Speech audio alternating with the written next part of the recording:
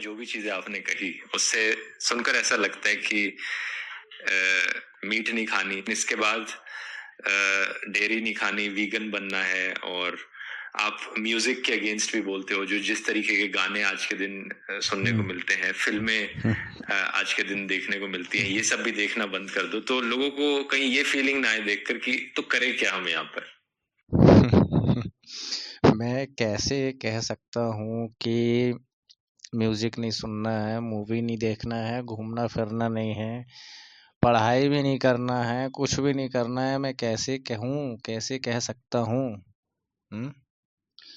देखिए, कुछ कुछ बातों में ध्यान दीजिए, और ध्यान देंगे तो आप अपने लिए ही कोई चीज अच्छा करेंगे। मैं बिल्कुल भी बंदूक लेके नहीं खड़ा हूँ कि मैं मार दूंगा कि अब तुम खाओ चिकन, मटन, पनीर खाओ, डेयरी का इस्तेमाल करो, अंडा खाओ, खा के दिखाओ, हम गोली मार देंगे। भाई खाओ पियो, मस्त रहो, जो चीज में अच्छा लगता है करो। हाँ, मान लो 10 मिनट की जिंदगी है, 10 मिनट की जिंदगी है, तो 5 मिनट बढ़िया अच्छे खाओ पियो, जो चीज करे बिल्कुल। हंसी खुशी बंद नहीं होना चाहिए, मुस्कुराना बिल्कुल करो, बिल्कुल जो चीज जो मन में आए खाओ पियो, जो मन में आए सुनो, जो मन में आए देखो। आजकल सब कुछ हाथ में है, मोबाइल में है, ऑर्डर कर दो खाने पीने की चीज, ऑर्डर कर दो सब चीज, बढ़िया अपने लगे रहो। ये सब करने में आपके 5 मिनट खत्म हो जाएंगे। अब बची अगली 5 मिनट की जिंदगी। 10 मिनट की जिंदगी में खूब 5 मिनट आपको जो अच्छा लगा वो किया, और अब बची 5 मिनट की जिंदगी, तो जो किया है वो सहने की क्षमता अगर है तो कर सकते हो। और फिर बस वही आखिरी 5 मिनट हैं, वो करते करते फिर जाना है।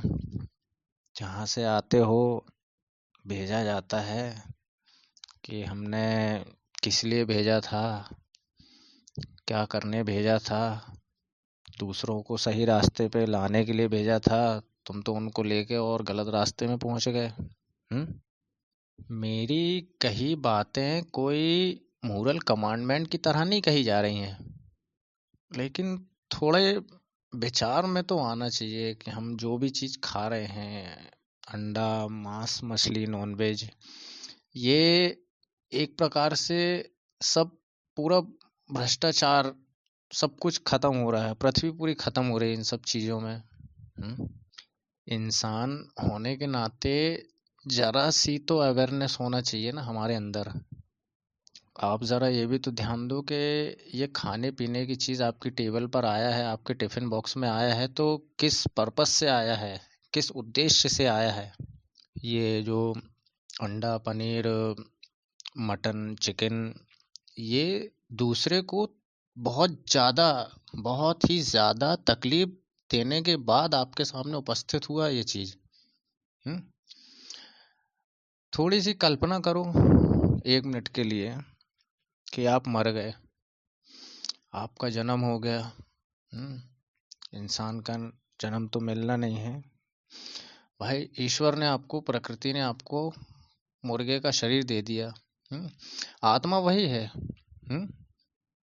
गीता ने तो बताया है ना कि आत्मा अमर है, अजन्मा है, मरती नहीं है। तो आत्मा आपकी चली गई है, या फिर एक कल्पना ऐसी कर लो कि मैंने आपको 2 मिनट में जादू से मुर्गा बना दिया।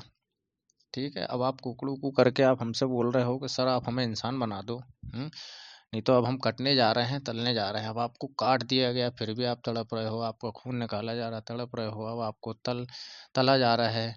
ठीक है, शरीर खत्म हो गया, आत्मा तड़प रही वहीं पर खड़ी है। उसके बाद परोसा जा रहा है, खा रहे हैं, फिर भी तड़प रही है।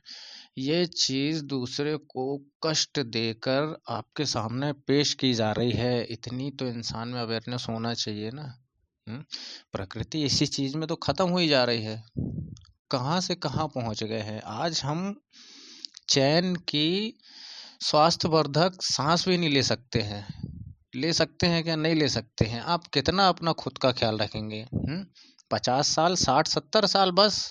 उसके बाद अब तो कोई ऐसा डॉक्टर भी नहीं है। पहले के डॉक्टर होते थे जो ज़्यादा दवाई-ववाई नहीं देते थे। वो बोलते थे बस हवा पानी बदल लो, थोड़ा यहाँ-वहाँ हो आओ, सब ठीक हो जाएगा। लेकिन अब यहाँ-वहाँ कहाँ जाओगे आप?